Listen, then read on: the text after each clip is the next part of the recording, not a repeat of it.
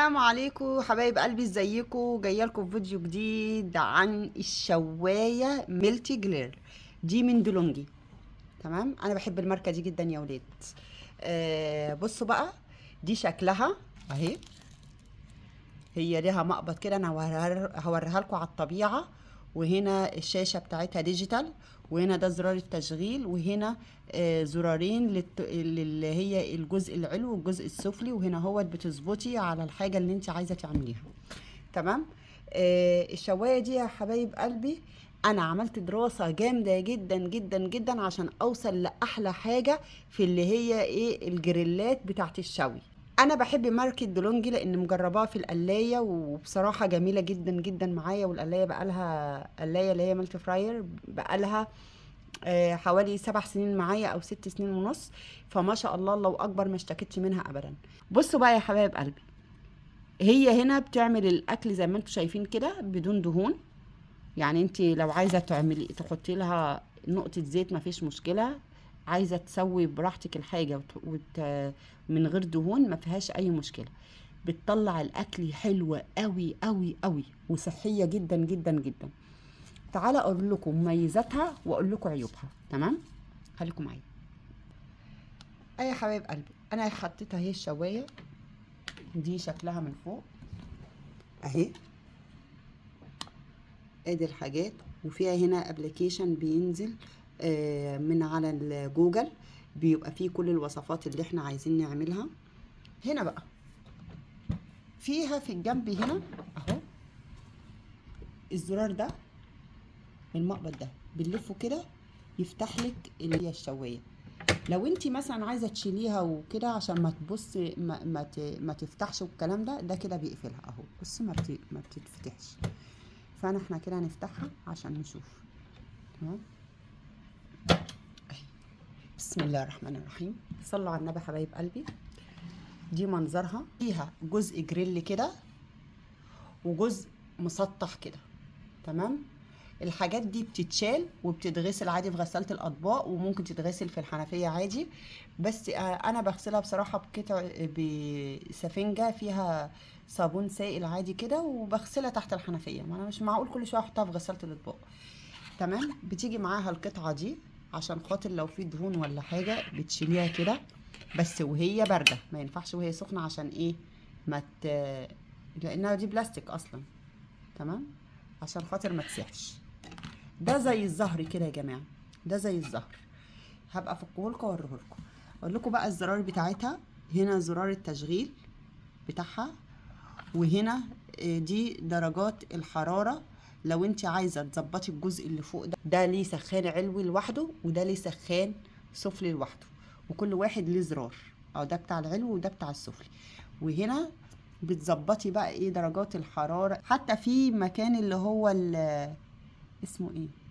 هنا دي زراير بندوس عليها عشان بنشغل، لا اما تشغلي الجزء العلوي اللي فوق لوحده، يا اما تشغلي الجزء السفلي اللي تحت لوحده، يا اما تشغلي الاتنين مع بعض. اول حاجه بتظبطي اللي انت عايزاه، وبعد كده بندوس هنا تشغيل. درجات الحراره هنا من اول درجه بتاع دوت 60 لغايه 230 اهي. من اول هنا 60 تلف كده تديكي بقى الدرجات الحرارة هنا على الشاشة لغاية 230. ده للجزء اللي هو الايه السفلي. بصي حاطط لك اهو علامة ايه الجزء السفلي اللي هي دي. تمام. طيب هنا بردك ترموستات بتاعت ايه الجزء العلوي، بردك من 60 ل 230 بتظبطيها. دي للجزء العلوي، وبتدوسي ايه ستار في النص. تمام. فيها هنا التكه دي هنا. بصوا التكه دي اهي كده. هنا انا ثبتها اهي. بصوا اللي هو العمود ده، لما انا عايزه ان انا اثبت الجزء اللي هو فوق متحرك ده بدوس كده بتثبت. تمام اهي. من الجنب زرار، الزرار ده اللي بيشيل لي دي القاعده بتاعتها. تعالوا بقى اوريكم الحاجات بتاعتها من ورا، بس بعد كده نبقى نشغلها لكم. فيها هنا ده طبعا الفيشه بتاعتها ثلاثيه عشان جايباها من بره. الدرج ده ليه عاملين لك حاجه حلوه قوي، عامله زي بق السمكه كده اهي.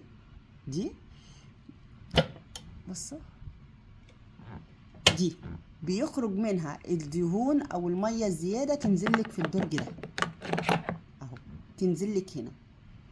مفيش حاجه بتتوسخ معاكي او بتتبهدل غير هنا. يعني لو حطها على سفره، حطها على رخامه، حطها على ترابيزه، حطها على الارض، مفيش حاجه هتتبهدل غير الجزء ده من جوه. تمام. العمود المرن ده اللي هو ايه بتاع الجزء اللي هو فوق، عشان خاطر ده بيتفرد على الاخر. هوريهولكوا بيتفرد ازاي. بصوا يا حبايبي، الزرار ده هو اللي بيخليها تتفتح زي الكتاب كده اهي. هوريها لكم من على بعد عشان تشوفوها اهي، تتفتح كده زي الكتاب. تاخد كميه كبيره جدا من اللحوم. هي في امكانيه ان هي تبقى مسطحه على الاخر كده، تبقى مسطحه كده زي الكتاب، وفي امكانيه ان انا ارفعها اهي كده تثبت كده. وفيها هنا المقبض ده لما باجي بطلعه كده بتديني درجات للفتح والقفل. تفتحيها ازاي يا نوجة عشان تنضفيها؟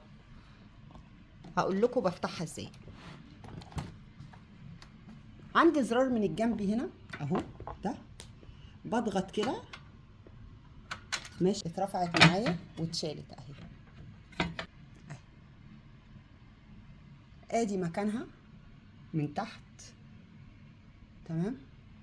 بس ما ينفعش نجيب ميه في الجزء ده. ليه؟ هنا الجزء ده هنا ده كهرباء اللي بيدخل فيه الترموستات دهيت. دي من ورا اهي، ومتغلفه من ورا امان، ما تقلقيش لو جت ميه على الحاجات دي وغسلتيها، بس المهم ان انتي تنشفيها كويس اهي. بصوا شكلها، دي من ورا. الثلاث حاجات دول هما اللي بيوصلوا درجه الحراره. تمام. بتدخل هنا اهو، دي وبتدخل فيها اللي هي الجزئيه دي اللي هي الاستانلس دي اهي. اوريكم بتتركب ازاي اهي. نحطها كده. الجزء ده هو البق اللي انا قلت لكم عليه، ده اللي بينزل منه الميه والدهون على الدرج اللي من ورا. نحطها بقى ازاي؟ حاطه دي كده هنا اهي. هي لازم فيها حواجز كده اهي كده اهي. بصوا من على بعد اهي، شايفين النقطه دي اللي بيدخل فيها العمود اللي انا قلت لكم عليه اهي. سبتت، بصوا سبتت. الجزء تاني بردك ده من فوق اهو، ليه زرار اهو، بضغط عليه كده. بصوا نطرت معايا ازاي وخرجت اهي، زيها بردك زي اللي فوق اهي.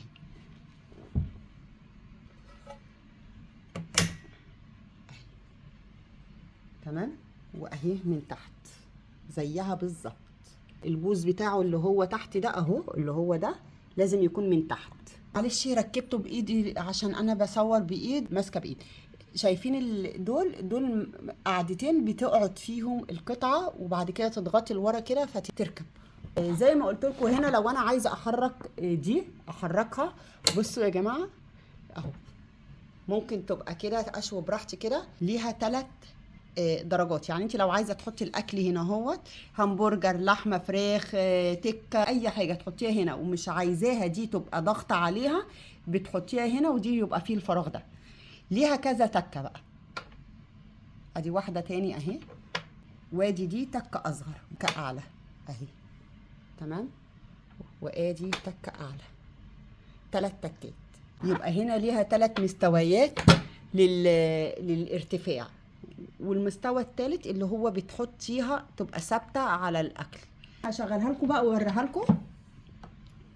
بسم الله اهي كده اشتغلت.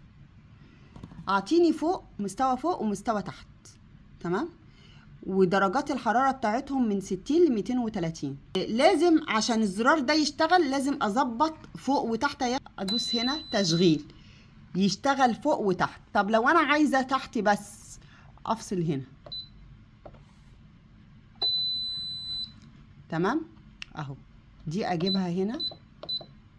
بصوا شفتوا اهو، دي درجات بقى هنا هو بقى عدد الدقايق انت عايز. دي هنا هو درجات الحراره، انا ظبطت فوق 170 وتحت 120. ودي هنا هو عدد الدقايق، يعني انا عايزاه كام دقيقه. ماشي، ابتدي بقى اظبط. ماشي كده، عطتني ايه دقيقه اهو، اشغل.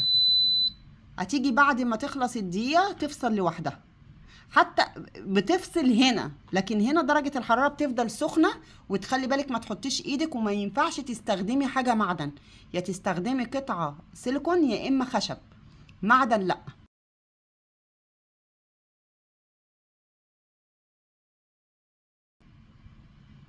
فصلت، لكن فصلت ايه هنا.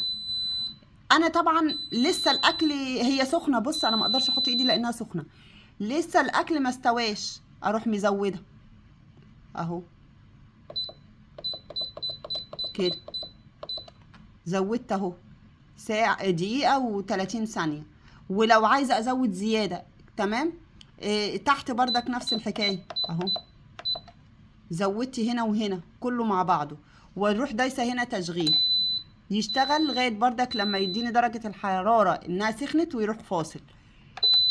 ده كده يا جماعة الريفيو بتاع الشواية او الجريل اللي هو ديلونجي، صنع صيني، وهي 2000 واط. رهيبة يا جماعة، بمعنى كلمة رهيبة، اللي هيشتريها مش هيندم أبدا. حاجة عظيمة جدا جدا فوق الوصف، شكلها رائع، جميلة جدا. استخدامها حلو قوي، طلع الأكل حلو جدا جدا يا حبايب قلبي. والله اللي هيشتريها مش هيندم. هي بتعمل اللي هو البتاع اللي هو زي البسكوت دوت، بس مش فاكرة اسمه، مش فاكره اسم الشوايه دي. بتنزل بكذا موديل، انا جايبه الموديل ده اللي هو قطعتين بس، اللي هو القطعه دي الجريل والقطعه المسطحه دي. بينزل منه موديل تاني في القطعتين زي بعض اللي هي الجريل بس، تمام. ومعاه قطعتين تاني زي ديت، يعني قطعتين جريل تحطي وش وظهر جريل، وقطعتين مسطحة زي دي. وبينزل معاها بردك اللي هو بتاع هوريكم العلامة، انا مش فاكرة الاسم، مش تايه دماغي اوي العلامة دي.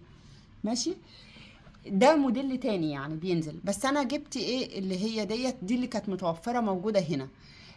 جميلة جدا يا جماعة، وما بتستهلكش كهرباء والله، وحلوة جدا وقيمة. ده ريفيو النهاردة عن الميلت جريل جدولونجي 2000 واط، صنع في الصين. هي ايطالي اصلا، بس هي مصنعة في الصين. عليها ضمان يا سنتين يا 3، انا مش فاكرة، مش متذكرة قوي.